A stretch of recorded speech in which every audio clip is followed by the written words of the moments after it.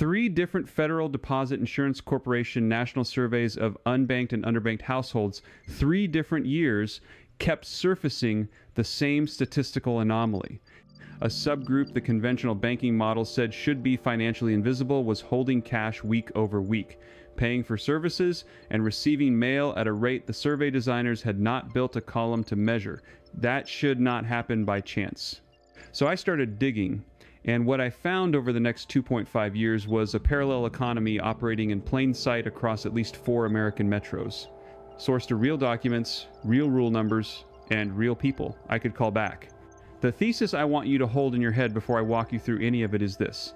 People experiencing homelessness in the United States have engineered a working financial system, legal end-to-end, that lets them earn cash without a job, receive mail without a home, store money without a bank, and obtain valid state identification without a fixed address. It is not theory. It is not anecdote. It is corroborated across FDIC and Consumer Financial Protection Bureau reports, the USPS Domestic Mail Manual, state-level identification assistance programs, and interviews I conducted with unbanked Americans in Atlanta, Seattle, Phoenix, and Houston. The sophistication of what these communities have built will genuinely surprise you because most personal finance writing pretends it does not exist. The single piece I want to promise you up front is a specific domestic mail manual section that quietly forms the legal backbone of an entire parallel mailing system most Americans have never been told about. A USPS supervisor with 19 years at an Atlanta branch told me, on background, that the post office is functionally the largest informal banking institution in America, and almost nobody outside her counter realizes it. I will get to her sentence at the end. But before that, every method I describe was verified by at least 3 independent sources or 1 named document I can point to. The same knowledge would matter to you the morning a bank account froze, an identification card vanished, or an eviction notice arrived overnight. The investigation began with a phone call from a recycling center operator in Atlanta in 2022. He told me one of his regulars was clearly running a budget. The man arrived 3 mornings a week with sorted aluminum, was paid in cash at a posted rate, walked across the lot to a specific corner store, and left with what looked like a prepaid debit card reload receipt. The operator had been at that lot for 11 years and said the same pattern repeated with at least 9 other regulars. That single observation contradicted the framing I had read in every mainstream personal finance article on the unbanked, which assumes the unbanked are passive victims of exclusion rather than active builders of an alternative system. So I pulled the FDIC National Survey of Unbanked and Underbanked Households for 2021. What jumped out was that the national unbanked rate sat near 4.5% of households, but inside specific neighborhoods in Atlanta, Houston, it crossed 38%. And inside that 38%, a subset of respondents reported holding cash reserves, conducting regular transactions through what the survey labeled, almost dismissively, alternative financial services. The survey had not asked the follow-up question that would have explained how. I spent the next year asking it. The first system I corroborated was income generation, and the place to start is the recycling lot at 5 inches the morning. According to Bureau of Labor Statistics data on informal economies and the rates posted at the Atlanta facility I visited, sorted aluminum was paying somewhere between $0 and 50 cents. $0.90 a pound through 2022 and into 2023, copper was paying between $2. $3.50 a pound depending on grade, and clean cardboard was paying in the range of $0.03 to $0.07 a pound. A man I will call by the role description a regular at a Houston recycling center told me through the operator who introduced us that on a productive day he could clear between $22, $38 in cash, paid out the same hour the material crossed the scale, but the recycling income was only one tributary, the day labor pickup lots, which I walked at 15 inches the morning in Phoenix and again in Houston. We're paying cash in hand at rates that range from roughly $80 to $140 for a single shift of construction cleanup, moving or demolition support depending on the contractor and the day of the week. A pickup coordinator I interviewed over 4 hours by phone confirmed that Mondays and Fridays were the highest demand days. That experienced regulars who arrived consistently at the same lot for 6 weeks were almost always offered the higher paying shifts first. None of this is hidden. It is simply not aggregated anywhere a typical personal finance reader would look. Therefore, the first finding of the investigation was that cash income for an unbanked individual in a major American metro, working a combination of recycling and day labor, fell most often into a range between roughly $120 and $320 a week. That is a real budget. That is the precondition that makes everything else in the system possible, but cash income only matters if you can hold it, receive mail, and transact. Which brings me to the second tributary of the investigation and to the question the recycling center operator could not answer. Where was the money actually going? Therefore, the next document I pulled was the USPS Domestic Mail Manual, specifically the section governing general delivery, which is Domestic Mail Manual Section 508, subsection 4.5 inches, the version current through my reporting window. What that section says in language that has been on the books in some form since the 19th century is that any individual may have mail addressed in care of general delivery at a designated post office, and the post office is required to hold that mail for the addressee for up to 30 days from the date of arrival. The addressee presents valid identification at the counter and receives the mail. There is no requirement of a fixed residential address. There is no fee. The post office is, by statute, providing a free addressable receiving point to anyone who walks in. The USPS supervisor in Atlanta told me her branch held general delivery mail for between 40-70 individuals at any given time, that almost all of them were either unhoused between residences or actively rebuilding documentation, and that the system worked quietly and predictably as long as the addressee came in within the holding window.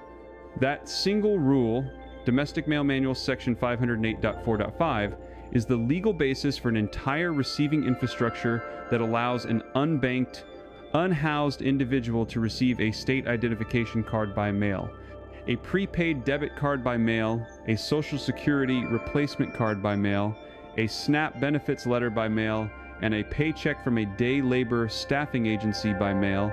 The conventional banking narrative said the modern economy assumed everyone had a permanent address. The Domestic Mail Manual quietly said otherwise more than 100 years ago.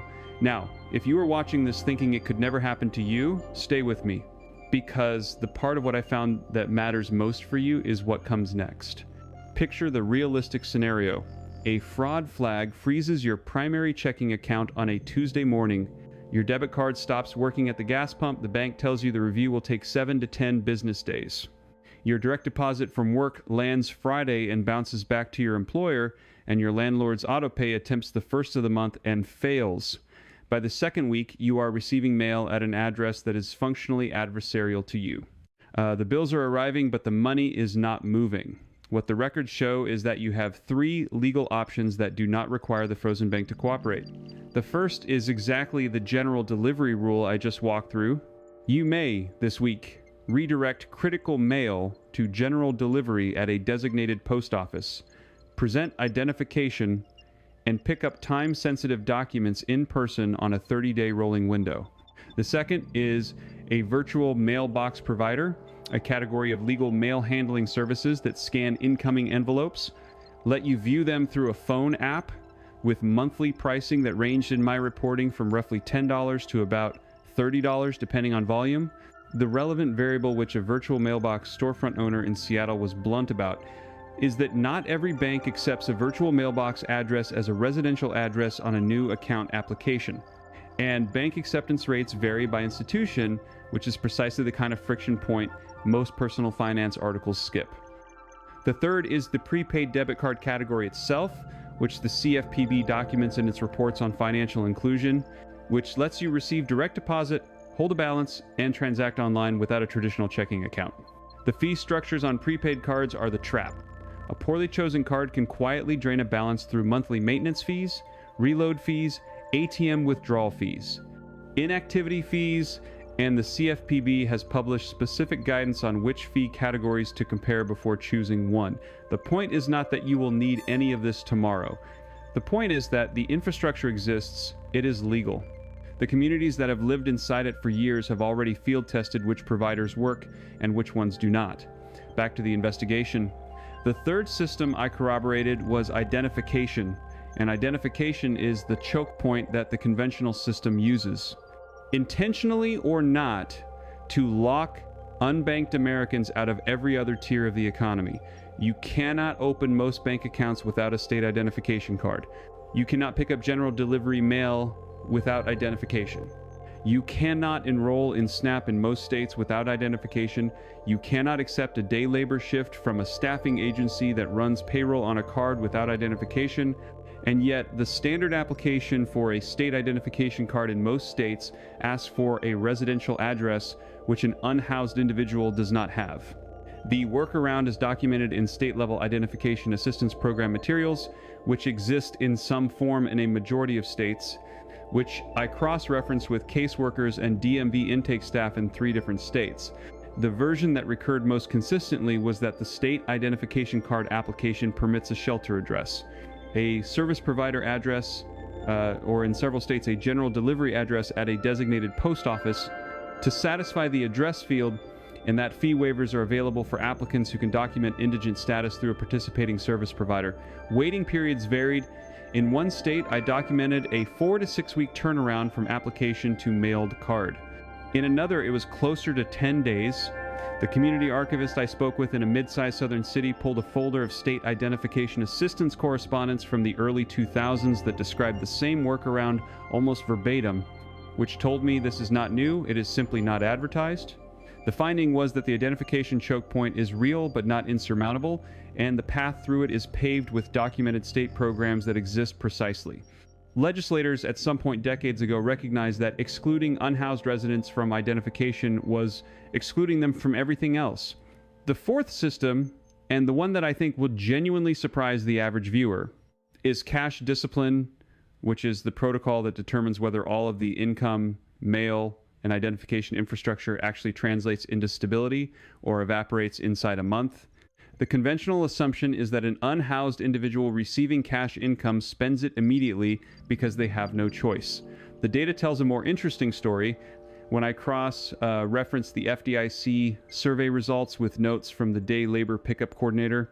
The recycling center operator, the regulars who held cash week over week were almost all running the same informal protocol.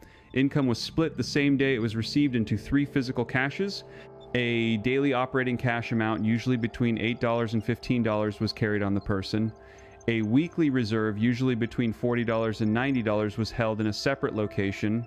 Most often a sealed envelope inside a personal item stored at a paid locker, a trusted service provider's holding service, or in some cases inside a prepaid debit card balance loaded the same day the cash was earned. A longer-term reserve, when it existed, was almost always loaded onto a prepaid card. Treated as untouchable except for documented monthly costs like a post office box rental, a phone plan, or a virtual mailbox subscription, the community archivist showed me a Works Progress Administration field report from 1,937 documenting almost exactly the same 3-tier cash protocol inside Depression-era Hooverville encampments. Same structure, same logic, same survival math across nearly 90 years of American economic history. That cross-corroboration between a 1,937 federal field report and a 2023 interview in a Houston recycling lot is the moment in the investigation I knew I was looking at something durable rather than incidental. Which brings me to what the USPS supervisor in Atlanta said, the sentence I have not stopped thinking about, and the climax this investigation earned halfway through a 4-hour conversation about general delivery. After I had stopped taking notes, my hand was tired and the coffee between us had gone cold. She said that the most reliable financial protocol she had watched succeed at her counter over 19 years was not the prepaid card, was not the virtual mailbox. It was a specific combination used quietly by what she estimated was a majority of her regulars, that I have since verified independently with sources in 3 other metros. That does not appear in any mainstream personal finance guide I was able to locate. The combination is this: a general delivery address at a designated post office under Domestic Mail Manual section 508.4.5, used as the legal receiving point for a state identification card obtained through the State Identification Assistance Program. The identification card then used to open an account with a specific category of prepaid debit card that the CFPB documentation lists as offering free in-network ATM withdrawals. No monthly maintenance fee when direct deposit is configured. Direct deposit then configured through a day labor staffing agency that runs payroll on card, through state benefits enrollment using the general delivery address as the address of record, cash discipline maintained through the 3-tier protocol documented continuously from the 1937 WPA field report through the present. The entire stack is legal, every component is documented. The stack is invisible to the conventional banking system because no single institution sees more than one piece of it, and the survivors who run it were not handed it by a social worker.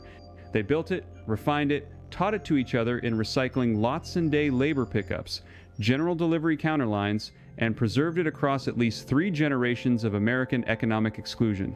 That is the parallel economy. That is what the FDIC anomaly was measuring without realizing it. That is what the recycling center operator was watching across his lot at 5 inches in the morning and called me about. What I want you to take from all of this is not pity and not outrage. It is respect for the fact that exclusion from a system does not eliminate the need for the function that system was supposed to provide. And human beings, given enough time and enough pressure, will engineer the function themselves legally, durably, and quietly. If you are the kind of person who trusts a sourced finding more than a confident opinion, you already understand why a parallel economy hiding inside the United States Postal Service, the State Identification Assistance Programs, matters more than another personal finance article telling you to build an emergency fund. Of the 4 pieces of the stack I was able to corroborate across metros, the general delivery receiving point, the state identification pathway, the prepaid card configuration, the 3-tier cash discipline protocol, which one would you reach for first if your primary bank account froze tomorrow morning? You had 30 days to keep your life moving without it. Drop it in the comments. I read every one of them, and the patterns in your answers tell me which piece of the investigation to dig into next. If you value sourced reporting on how the parallel economy actually works rather than confident-sounding advice from people who have never lost an address, subscribe, because the next investigation I am closing the file on is the Desert Heat Survival Protocol in Phoenix. Specifically, the daytime water sourcing routes that one anonymized source mapped for me across an entire summer, and the document trail behind why those routes exist where they do. That one took me 8 months to verify. I think it is going to be worth the wait.